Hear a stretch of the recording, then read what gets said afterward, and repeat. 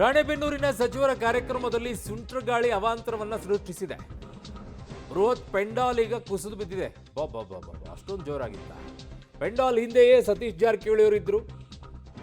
So ಕೂದಲೆಳೆ ಅಂತರದಲ್ಲಿ ಅಪಾಯದಿಂದ ಸಚಿವ ಸತೀಶ್ ಜಾರಕಿಹೊಳಿ ಪಾರಾಗಿದ್ದಾರೆ. ಇಷ್ಟೊಂದು ಗಾಳಿ ಬೀಸಿದೆ.